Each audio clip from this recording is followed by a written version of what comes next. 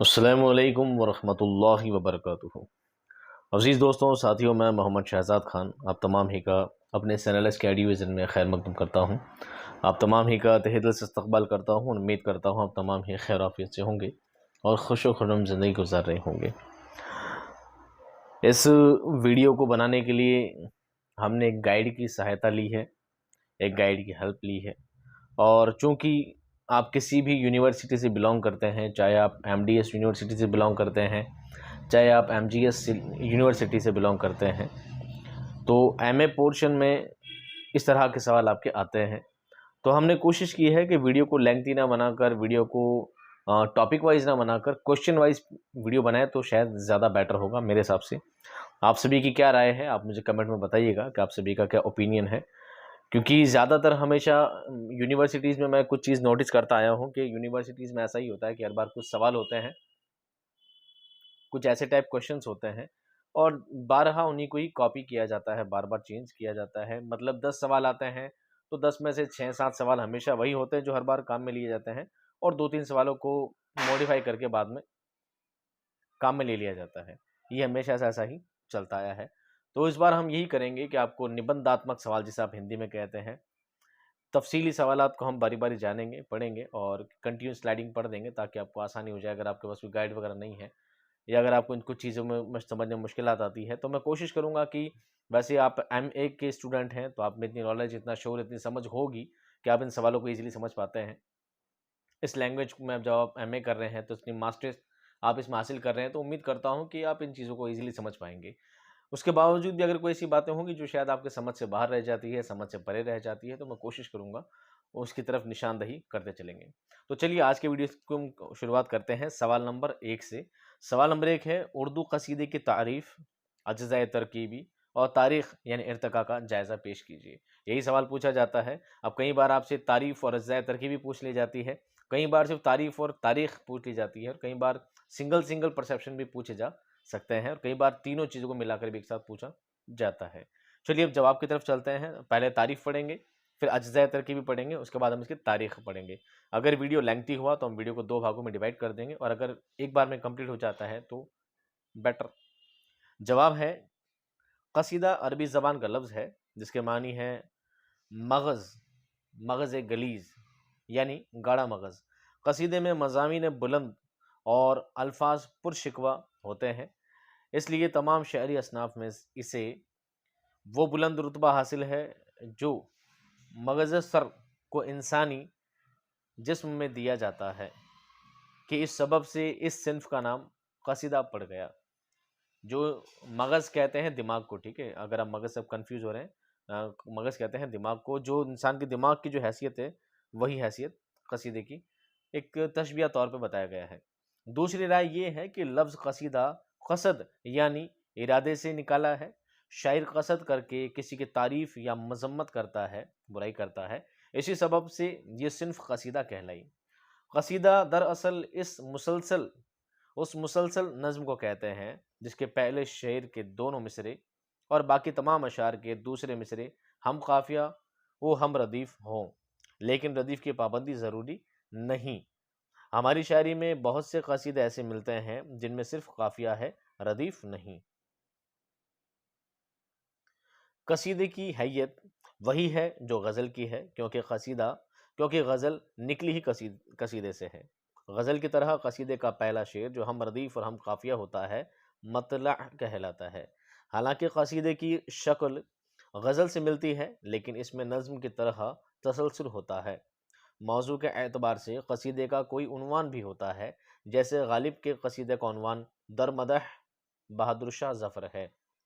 مولانا حالی مقدمہ شعر و شاعری میں لکھتے ہیں، زندوں کی تعریف کو قصیدہ اور مردوں کی تعریف کو مرثیہ کہتے ہیں، لیکن بزرگان دین کی تعریف میں جو قصیدے ملتے ہیں ان سے حالی کی یہ رائے غلط ثابت ہو جاتی ہے۔ اب بات کرتے ہیں، یہ تھی قصیدے کی صرف تعریف، ایک انٹروڈکشن۔ اب بات کرتے ہیں قصیدے کے اقسام، کتنے پارٹس، کتنے طرح کے، کتنے پرکار کے ہوتے ہیں۔ دیکھیے، مختلف خصائص اور نوعیتوں کی انتہار سے قصیدے کی مختلف قسمیں ہیں۔ ظاہری شکل کے پیش نظر قصیدے کی عموماً 2 قسمیں کی جاتی ہے، دو بھاگوں میں بانٹا جاتا ہے۔ ویسے تو ہم بات کرتے ہیں باری باری جو بھی اس کی قسمیں ہیں، باری باری بات کرتے ہیں۔ پہلی ہے تمہیدیہ، وہ قصیدہ ہوتا ہے جس میں ممدوح کی سیرت کے اوصاف اور اس کے ساز و سامان اور دیگر متعلقات کی تعریف و توصیف سے قبل تمہید کے طور پر تشبیب و گریز شامل ہوتا ہے۔ دوسرا ہے خطابیہ، جس قصیدے میں تشبیب اور گریز نہیں ہوتے ہیں بلکہ ممدوح کی تعریف سے ہی قصیدے کا آغاز ہوتا ہے، وہ خطابیہ قصیدہ کہلاتا ہے۔ یہی دو کیا ہے امپورٹنٹ ہے۔ اب بات کرتے ہیں آگے، مضمون کے اعتبار سے قصیدے کے 4 قسموں میں تقسیم کیا جاتا ہے۔ کس کے اعتبار سے؟ مضمون، وشے، اس کے ٹاپک کے پہلا ہے مدحیہ، ہجویہ، وعظیہ اور بیانیہ۔ جس قصیدے میں کسی کی مدح یا تعریف کی جائے وہ مدحیہ قصیدہ کہلاتا ہے۔ جس قصیدے میں کسی شخص کی برائی بیان کی گئی ہو یا زمانے کی خرابی کا گلہ ہو، ہجویہ قصیدہ کہلاتا ہے۔ جس قصیدے میں وعظ و نصیحت جیسے مضامین پائے جائیں وہ وعظیہ قصیدہ کہلاتا ہے۔ وہ قصیدہ بیانیہ وہ قصیدہ ہے جس میں مختلف حالات و کیفیات کا بیان ہو، جیسے بہار کا تذکرہ، زمانے کے حالات و مسائل کا گلہ، مثلاً شہر آشوب وغیرہ وغیرہ۔ قصیدے کی تمہید جسے تشبیب کہا جاتا ہے، اس میں مختلف مضامین پیش کیے جاتے ہیں۔ ان مضامین کو نظر میں رکھا جائے تو قصیدے کی قسمیں اس طرح ہوں گی۔ کون سی ہوگی؟ بہاریہ، اگر تشبیب میں بہار کا ذکر ہو۔ عشقیہ، اگر تشبیب میں عشق و عاشقی کا بیان ہو۔ حالیہ، اگر تشبیب میں شاعر اپنے حالات بیان کرے یا زمانے کی شکایت کرے۔ فخریہ، اگر شاعر اپنے کمال شاعری پر فخر کرے، اس پہ چھوٹ گئے ہیں پر۔ دعائیہ، اگر قصیدے کا آغاز ہی دعا سے ہو جائے۔ ممدوح کے لحاظ سے قصیدے کو 2 حصوں میں تقسیم کیا جاتا ہے۔ ایک وہ جو بزرگان دین کی شان میں کہے گئے ہوں، دوسرے وہ جو سلاطین و عمرہ کی مدح میں لکھے گئے ہوں۔ سلاطین سلطان کی جمع ہے، عمرہ یعنی امیر و رئیسوں کی تعریف میں جو لکھے گئے ہوں۔ اب بات کرتے ہیں قصیدے کے اجزاء ترکیبی کے بارے میں۔ صنف قصیدہ کا آغاز عربی زبان میں ہوا ہے، اس لیے اگر ہم اس بات پر غور کریں کہ عربی قصیدہ کتنے اجزاء پر مشتمل ہوتا تھا تو معلوم ہوگا کہ شعراء عرب عشقیہ اشعار سے قصیدے کا آغاز کرتے تھے۔ یہ حصہ تشبیب یا نصیب کہلاتا تھا۔ اس شعر کے بعد کسی طرح بات میں سے بات نکال کر ممدوح کا ذکر کرتے تھے۔ قصیدے کے اس جز کو تخلص یا مخلص کہا جاتا تھا۔ یہ تخلیص اور تلخیص میں تھوڑا ڈاؤٹ ہے، ٹھیک ہے۔ آگے چل کر جب یہ صنف ایران پہنچی تو فارسی شعراء نے اسے گریز کا نام دیا۔ قصیدے کا تیسرا حصہ جس میں ممدوح کی تعریف ہوتی تھی مدح یا تمہید کہلاتا تھا۔ قصیدے کا خاتمہ دعا پر ہوتا تھا جسے الخاتمہ کہتے تھے۔ فارسی شعراء نے بھی یہی 4 ارکان یعنی تشبیب تھا، یہ غلطی سے ٹائپ ہو گیا ہے، تشبیب، گریز، مدح اور دعا برقرار رکھے۔ 4 ارکان اس کے مانے جاتے ہیں۔ اور پھر اردو میں بھی انہی 4 اجزاء کو اردو قصیدے کے لیے تعین کیا گیا یعنی نردھارت کیا گیا۔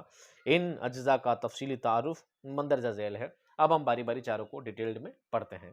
پہلا ہے تشبیب۔ قصیدے کی تمہید کو تشبیب کہتے ہیں۔ فارسی اور اردو کے شاعروں نے تشبیب کے موضوعات کو بہت وسعت دی یعنی پھیلایا۔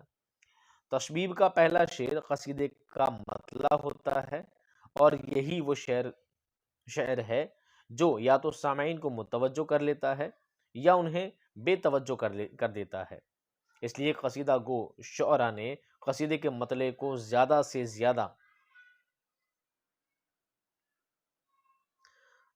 زیادہ پرکشش اور پر اثر بنانے اور اس میں کوئی جدت آمیز بات بیان کرنے کی کوشش کی ہے تاکہ ممدوح اور دیگر سامعین فوراً ادھر متوجہ ہو جائیں۔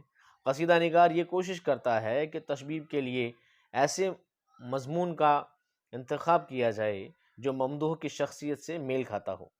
قصیدے کا مقصد ممدوح کی تعریف ہے اور تشبیب صرف اسی کی تمہید ہے۔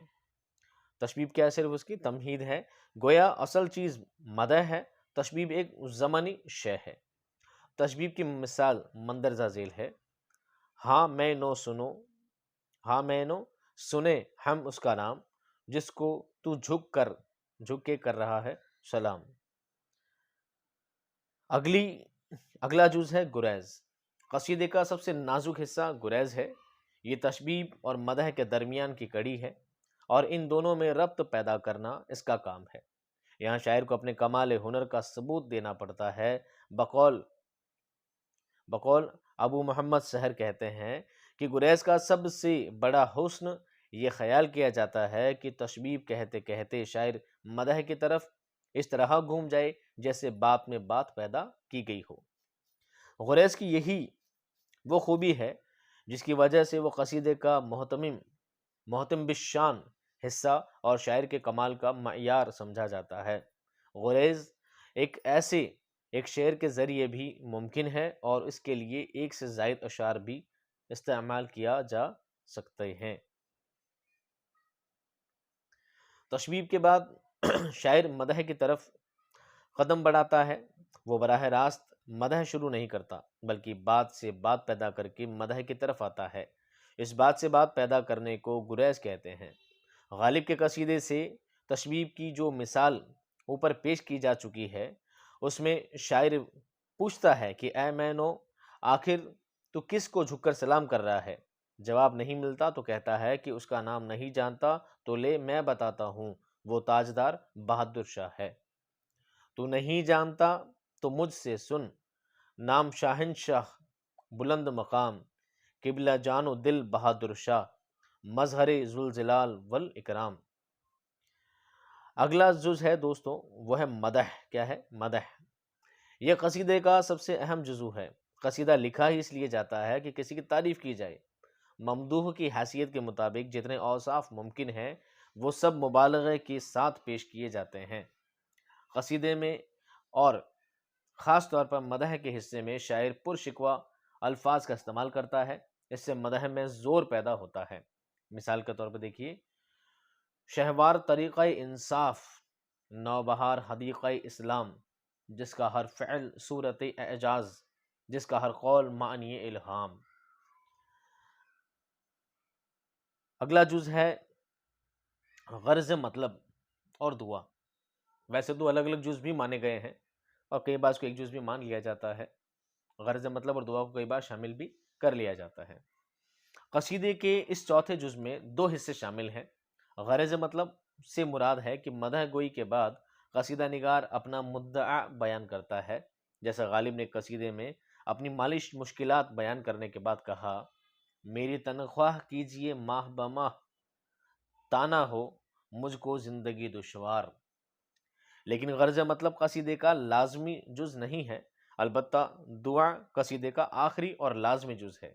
مدح کے بعد شاعر ممدوح کو درازی عمر، افزونی دولت اور ترقی جاہ کی دعا دیتا ہے۔ اس دعا کے ساتھ اکثر یہ بھی ہوتا ہے کہ ممدوح کے دشمن اور بدخواہوں کے لیے بد دعا بھی کی جاتی ہے۔ غالب نے اپنے قصیدے میں بہادر شاہ ظفر کو دعا دی کہ تمہاری سلطنت، یہ سلطنت غلط ہو گیا، غلط، تمہاری سلطنت قیامت تک باقی رہے۔ کیا دعا تھی؟ ہے ازل روانی آغاز، ہو ابد تک رسائی انجام۔ مومن کا ایک قصیدہ اس دعا پر ختم ہوتا ہے: مومن اب ختم کر دعائے یہ سخن، تا کجا لافہائے طوفانی، تیرا اقبال روز افزوں ہو، جیسے مومن پہ لطف رحمانی۔ تو دوستوں 14 منٹ کا ویڈیو ہو چکا ہے، میں سمجھتا ہوں اتنا ویڈیو آپ کے لیے کافی ہے۔ ویڈیو میں سوال کافی لینگتھی ہے، کیونکہ ہم نے اس سوال کے اندر قصیدے کا تعریف، قصیدے کے اجزاء ترکیبی اور قصیدے کے اقسام کو پڑھا ہے۔ اب بات کرتے ہیں قصیدے کی تاریخ کی، اسے ہم نیکسٹ ویڈیو میں جانیں گے۔ میں ملوں گا آپ کو نیکسٹ ویڈیو میں بہت جلد، تب تک خوش رہیے، آباد رہیے۔